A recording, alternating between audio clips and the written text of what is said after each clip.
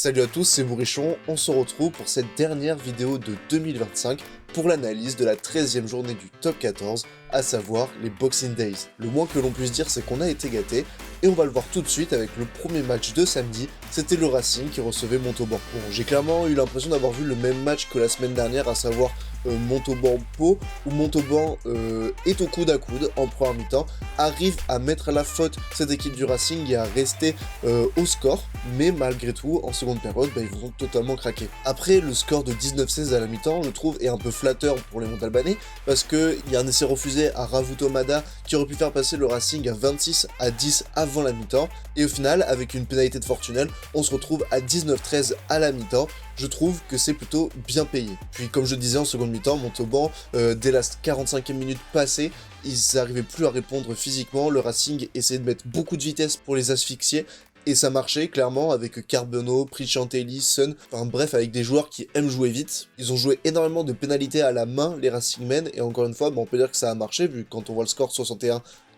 Et puis après, pour Montauban, ils ont aussi lâché mentalement. En même temps, quand tu vois Daniela Toupou arriver lancé à 1 mètre de ta ligne, effectivement, t'as pas trop envie d'aller le plaquer parce que dans tous les cas, tu sais que ça va faire essai, quoi. Je trouve quand même que le score est un peu lourd par rapport à l'énergie qui a été déboursée par Montauban, mais malgré tout, il est logique. On continue avec Castres qui recevait Lyon. Donc Castres retrouve la victoire après cette défaite amère du côté de Montpellier, quand Lyon s'enfonce un peu plus dans la crise. En premier temps, on a 3 périodes. On a d'abord une domination lyonnaise qui va se concrétiser par 3 points de paire 2. Ensuite, on a une réponse de Castres qui, ça y est, va réussir à développer un peu son jeu. On a laissé de Botitou, on a une autre pénalité qui permet à Castres de mener 10-3. Puis enfin, on a un autre temps fort lyonnais qui va être d'ailleurs le dernier de ce match où Wayne Nicolo inscrit un doublé. On va dire que c'était plutôt équilibré cette première période, ce qui ne sera pas le cas en seconde. Même si en possession c'était 50-50, Castres, j'avais l'impression qu'il jouait beaucoup mieux que Lyon. Et puis surtout, dans le gain de l'occupation, Castres était 100 fois meilleur.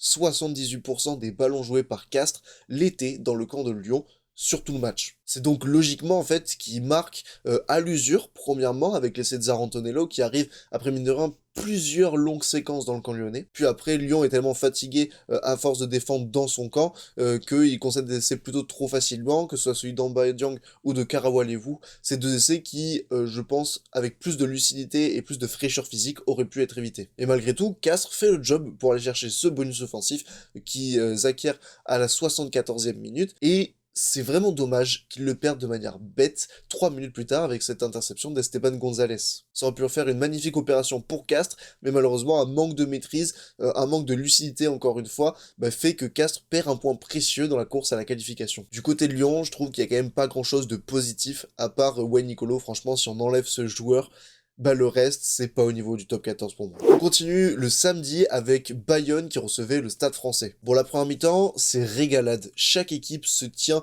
de bout en bout. Il y a un score de 25-24 à la mi-temps, et c'est normal parce que chacun a ses temps forts et ses temps faibles, mais en tout cas, il y a une grosse débauche d'énergie de chaque côté. Malgré tout, le Stade Français domine en conquête, notamment sur la mêlée ou sur les 60 premières minutes. C'est clairement eux qui font reculer Bayonne. Ça leur permet donc de plus facilement investir le camp bayonnais et de convertir les points avec la botte de Carbonel qui a été très bon au pied sur ce samedi. Et chose assez marquante sur ce match, c'est que Bayonne possède plus le ballon, il y a eu 55% de possession, le Stade Français défend plus et rate plus de plaquages, ils ont eu 28 plaquages manqués sur tout le match, mais Bayonne a commis tellement de fautes de main, à savoir 16 sur toute la rencontre, qu'ils ont jamais pu vraiment enchaîner. Du moins, ils ont pu, mais ils ont jamais pu s'éloigner au score et être de trop loin pour le Stade Français. Surtout que les Parisiens, eux, avec mine de rien une grosse envie défensive, ils prennent les erreurs de Bayonne et ils concrétisent avec elles. Je pense notamment en fin de match à l'essai d'Alaïfounoua qui arrive après un jeu au pied raté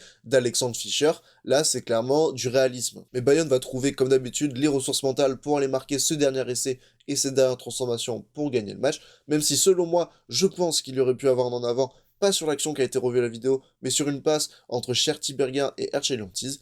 Mais bon, je ne suis pas arbitre. Et enfin, le dernier match du samedi, c'était Clermont qui recevait l'UBB. Bon, l'ASM, elle devait réagir dans un climat plutôt compliqué. Et face à cette situation, elle a décidé d'adopter un jeu simple, mais terriblement efficace. Avec les conditions vraiment compliquées qu'il y a eu sur le stade Michelin, à savoir, vous l'avez vu comme moi, beaucoup de brouillard, du froid, bref, pas un temps à jouer au rugby et en tout cas à jouer vers les extérieurs. Bah, l'ASM, elle s'est focalisée sur les ballons portés, qui a été le grand point positif de cette rencontre. Ils ont avancé sur chaque ballon porté, les Clermontois, en marquant des essais même après cette phase de jeu, notamment le premier essai de pénalité qui vient après deux molles vraiment efficaces. Et puis surtout, ils ont été vraiment propres en défense sur ce secteur, parce que à part l'essai de Barlow en fin de première période, dans l'ensemble, l'UBB n'a pas tant avancé que ça sur ses molles. Derrière, ils écartaient seulement quand il y avait déjà de l'avancée, et surtout c'était toujours le même système, à savoir on envoie Georges Moala transpercer la défense, parce que un 12 aussi puissant que ça, dans des conditions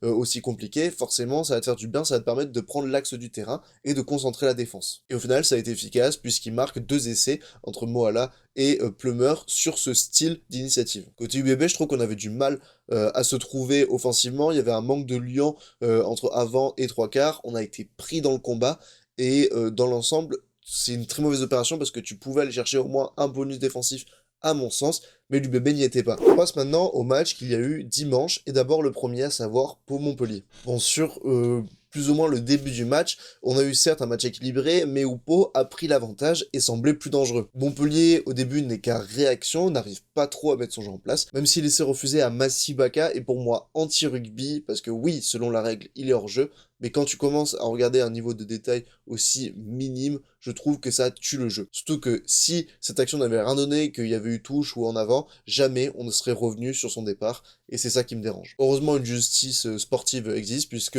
je crois que sur l'action d'après, il y a l'essai de Ricky Riccitelli. Mais bon, c'est clairement en seconde période que le match va changer de braquet. Pau va d'abord accélérer avec ses 3 quarts et prendre le score assez largement, en menant même avec quasiment 20 points d'écart. Ils sont également plus patients, proche des lignes, à l'image de l'essai de Facundo Issa, où là il y a plusieurs temps de jeu, une séquence assez longue mine de rien, mais ils ne se pressent pas, les Palois attendent, et au final c'est efficace parce qu'ils marquent ensuite. Mais il y a un petit tournant, c'est le carton jaune de Rhys et Watt pour une faute complètement stupide, ça va relancer les Montpelliérains qui, avec chaque opportunité, vont marquer. Ils vont se retrouver à quelques points, histoire d'accrocher le bonus défensif. Et au final, ce bonus défensif, ils vont aller le chercher après la sirène, et c'est vraiment mérité au vu de la quantité d'énergie qui a été déboursée par les Montpelliérains, même si, selon moi, encore une fois, il y a des décisions arbitrales que j'ai du mal à comprendre, et là, pour le coup, de chaque côté, mais à mon avis, avec notamment l'essai de Massibaka qui aurait pu être accordé, Montpellier aurait pu gagner ce match. Le deuxième match, c'était Toulon qui recevait Perpignan. Bon, sur la première période, il y avait beaucoup d'intensité,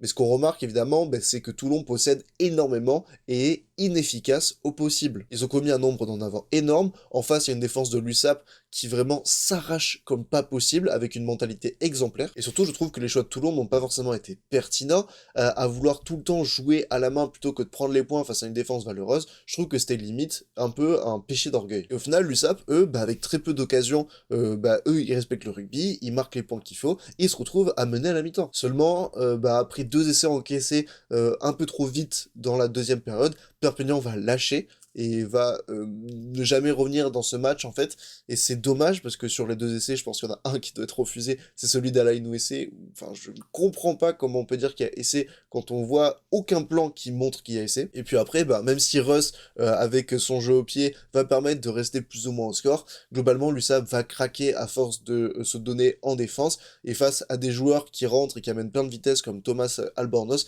c'est compliqué de résister. Mais malgré tout, je pense que le bonus offensif des Toulonnais est plutôt bien payé au vu de leurs prestations, et à l'inverse, le fait que l'USAP ne prenne pas de bonus défensif est pas trop mérité au vu de l'intensité mise par les Catalans. Et enfin, le dernier match, c'était Toulouse qui recevait La Rochelle, et là franchement c'était une démonstration. La Rochelle aura tenu vraiment un quart d'heure face à Toulouse. Globalement, ce qui m'a marqué sur ce match, c'est que Toulouse a monopolisé le ballon. 66% de possession. Ça fait seulement 34% de possession pour La Rochelle, c'est-à-dire un tiers de tous les ballons joués n'étaient que pour La Rochelle. C'est que dalle. On a retrouvé ce Toulouse qui hésite pas à se faire des passes de partout sur le terrain. Alors oui, des fois ça faisait un petit peu hurrah rugby, ça jouait un peu à la balle, mais dans l'ensemble, ils arrivaient à se trouver presque sur chaque action. Puis même en défense, je trouve que Toulouse a été vraiment hyper efficace et hyper impressionnant, parce que même quand La Rochelle avait le ballon, Toulouse ne ratait que très peu de plaquages. Ils ont eu 85% de plaquages réussis, et sur l'ensemble du match, il n'y a que 4 franchissements pour La Rochelle pour 2 essais au final. Donc la défense a été efficace, surtout ce système de ne quasiment jamais aller dans les rucks y aller que quand tu as 90% de récupérer le ballon, bah c'est hyper efficace parce que ça fait que t'es quasiment jamais en sous-nombre défensif. Et comme la défense était agressive, bah, La Rochelle commettait beaucoup d'en avant à force d'essayer d'attaquer et de pas réussir à transpercer. 21 ballons perdus au final pour La Rochelle. Et même si ça fait plusieurs années que Toulouse domine le rugby français, et même on peut dire le rugby européen, ça faisait longtemps que j'avais pas vu une telle domination, mais sur tous les plans de jeu de la part de Toulouse. Tout était rodé, il n'y avait aucun secteur qui a failli sur ce match. C'était vraiment impressionnant la maîtrise de ces Toulousains. Et quand ils jouent comme ça, ben on se demande qui peut les battre. Bref, maintenant on passe au top et au flop. On va continuer dans cette lancée avec d'abord Antoine Dupont. Qu'est-ce que vous voulez que je vous dise? En quelques stats, 2 essais, 15 ballons portés, 3 franchissements. Il fait une passe au pied magnifique pour Teddy Thomas. Il fait un 50-22 millimétré avec le rebond parfait pour lui. Bref, il a fait un match vraiment de patron et ça fait plaisir de le revoir à ce niveau. Un autre de une mêlée, c'est celui du Racing, à savoir Léo Carbonneau, qui lui aussi a mis beaucoup de vitesse dans le jeu du Racing. Ça a fait beaucoup de bien. Il marque 2 essais. Il fait 2 passes magnifiques sur les 2 premiers essais du Racing. Et dans l'ensemble, ça faisait longtemps qu'il n'avait pas fait un match comme ça lui aussi, et ça peut lui permettre de retrouver de la confiance. Et enfin, le dernier top, c'est Georges Moala, qui aurait été vraiment game changer, je trouve, dans le jeu de Clermont, qui déjà dominait devant, mais dès que ça écartait derrière, Moala avançait tout le temps. En 5 ballons touchés, il a fait 36 mètres parcourus, et souvent avec des défenseurs sur le dos. Il a eu 3 défenseurs battus,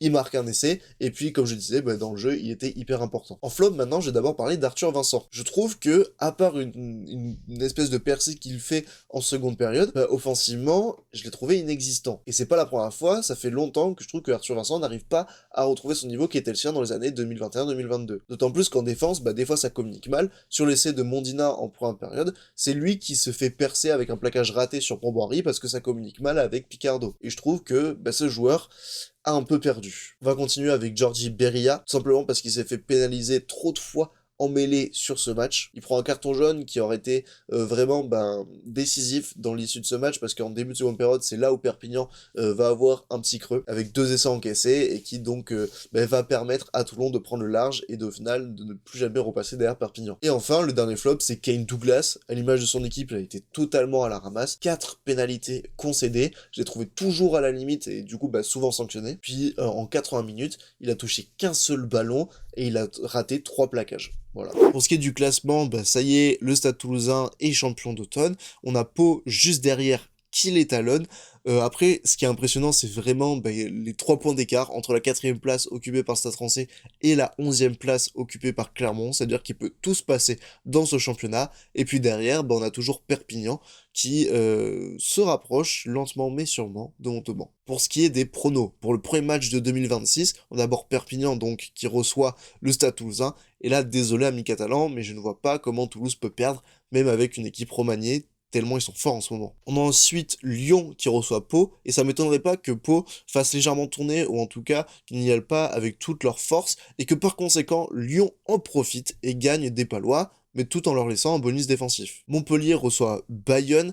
Pour moi, ce sera une victoire de Montpellier avec le bonus offensif. Le Stade Français reçoit 4, ça peut être un match vraiment serré, même si je vois quand même les Parisiens gagner ce match sans forcément laisser de points de bonus défensif à Castres. Montauban reçoit Clermont, et là je pense que la victoire est obligatoire pour les Clermontois, déjà qu'ils ont perdu à Perpignan. S'ils ne gagnent pas là, ça va être vraiment compliqué pour eux d'accrocher un top 6, parce qu'il faudra les gagner chez des gros. Alors que si tu gagnes à Montauban, là où presque tout le monde a gagné, sauf Perpignan, tu restes dans la course, donc pour moi, victoire de Clermont. L'UBB reçoit le Racing, et je vais dire victoire de Bordeaux, mais en laissant un bonus défensif pour le Racing. Et enfin, à peu près pareil pour La Rochelle face à Toulon, mais on va dire avec un peu plus de marge, et sans laisser de points de bonus défensif à Toulon. Enfin voilà, cette dernière vidéo de 2025 est à présent terminée. N'hésitez pas à vous abonner à ma chaîne YouTube, je fais des vidéos analyse de chaque journée du top 14, c'est gratuit, et moi ça m'aide beaucoup. N'hésitez pas également à m'écrire un commentaire, activer la cloche et mettre un like, c'est des choses aussi qui m'aident assez pour le référencement. N'hésitez pas également à me suivre sur mes autres réseaux sociaux, à savoir TikTok et Instagram, c'est @bourrichon.tv, je mets des petits extraits des vidéos de YouTube, mais également du contenu exclusif, et d'ailleurs, pour toutes mes infos de quand je passe dans d'autres médias, ce sera dans les stories, donc allez me suivre. Encore merci de m'avoir suivi en 2025, on se dit à l'année prochaine, c'était Bourrichon, ciao ciao.